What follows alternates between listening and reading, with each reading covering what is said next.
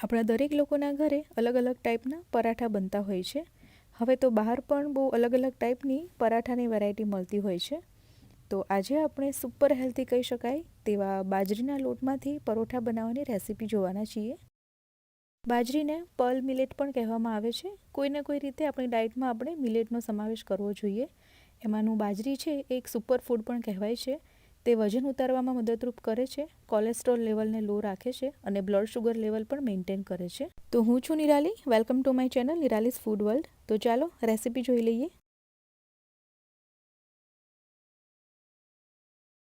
તો સૌથી પહેલાં 1 કપ બાજરીનો લોટ લેવાનો છે.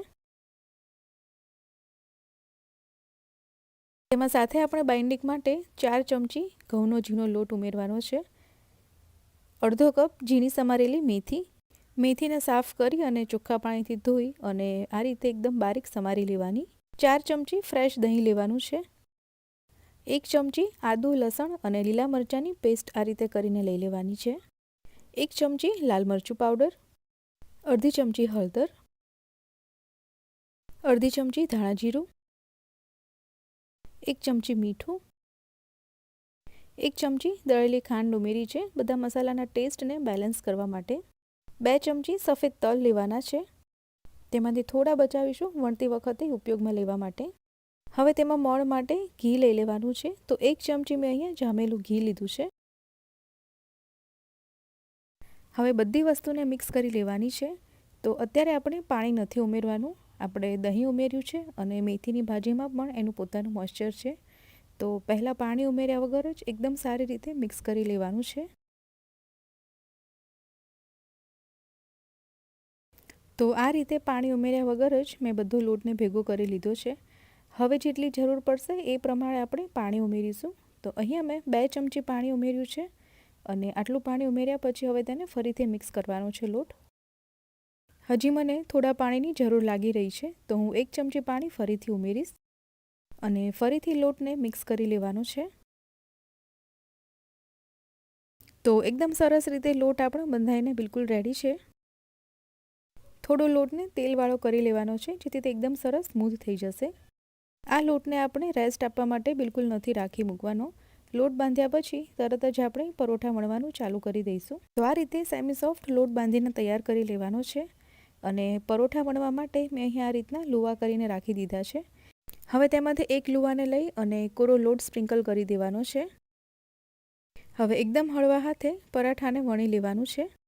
બાજરીના લોટમાં ગ્લુટનનું પ્રમાણ નથી હોતું એટલે પરોઠા વણતી વખતે આ રીતના ફાટશે. તો આ રીતે હળવા હાથે પરોઠાને વણી લેવાનું છે. કિનારી તમારી બરાબર ન વણાય તો કંઈ વાંધો નહીં, આપણે પછીથી તેને શેપ આપી દઈશું. તો આ રીતે મેં મીડિયમ થિકનેસનું પરોઠું વણી લીધું છે. તમે આમનામ રહેવા દો તો પણ ચાલે, પણ આપણે બધા પરોઠા એક સરખા થાય ગોળ એટલે આ રીતનું કોઈ પણ ઢાંકણ આવે તેની મદદથી કટ કરી લઈશું. ફરતી બાજુથી જે વધારાનો લોટ હોય તે લઈ લેવાનો.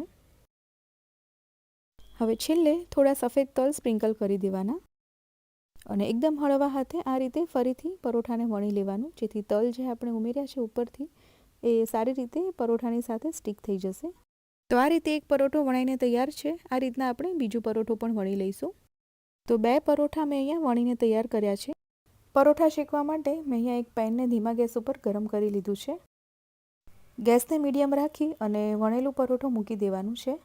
2 પરોઠા આપણે શેકીશું ત્યાં સુધીમાં સાઈડમાં આપણે બીજા પરોઠા પણ વણવાના ચાલુ કરી દેવાના. થોડી સેકન્ડ્સ પછી પરોઠાની સાઈડને ચેન્જ કરી દેવાની. હવે અહીંયા હું આ પરોઠું શેકવા માટે ઘી લઈ રહી છું. તમે તેલ કે બટર પણ લઈ શકો, પણ બાજરીના પરોઠામાં ઘીનો ટેસ્ટ ખૂબ જ સરસ આવતો હોય છે. તો સરસ રીતે ઘી બધી બાજુ લગાવી દીધું છે. હવે તેની સાઈડ ચેન્જ કરી લેવાની છે અને ગેસને મીડિયમ રાખી હળવા હાથે આ રીતે પ્રેસ કરતા જઈ અને પરોઠાને શેકી લેવાનું છે. નીચેની સાઈડ શેકી લીધા પછી તેની સાઈડ ચેન્જ કરી દેવાની છે અને ફરીથી આ રીતે હળવા હાથે પ્રેસ કરતા જઈ અને શેકી લેવાનું છે. ગોલ્ડન કલરનું થાય ત્યાં સુધી આપણે શેકીશું.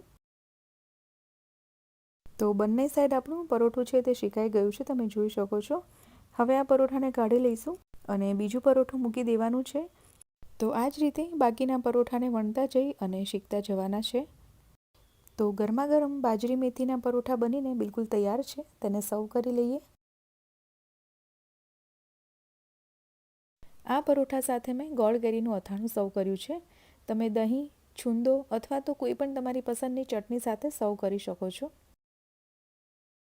ઠંડા પણ એટલા જ સરસ લાગે છે આ પરાઠા, તો તમે લંચ બોક્સમાં પણ આપી શકો છો અને 3 થી 4 દિવસ સુધી આને સાચવી શકાય છે. તો તમે ટ્રાવેલિંગમાં પણ સાથે લઈ જઈ શકો.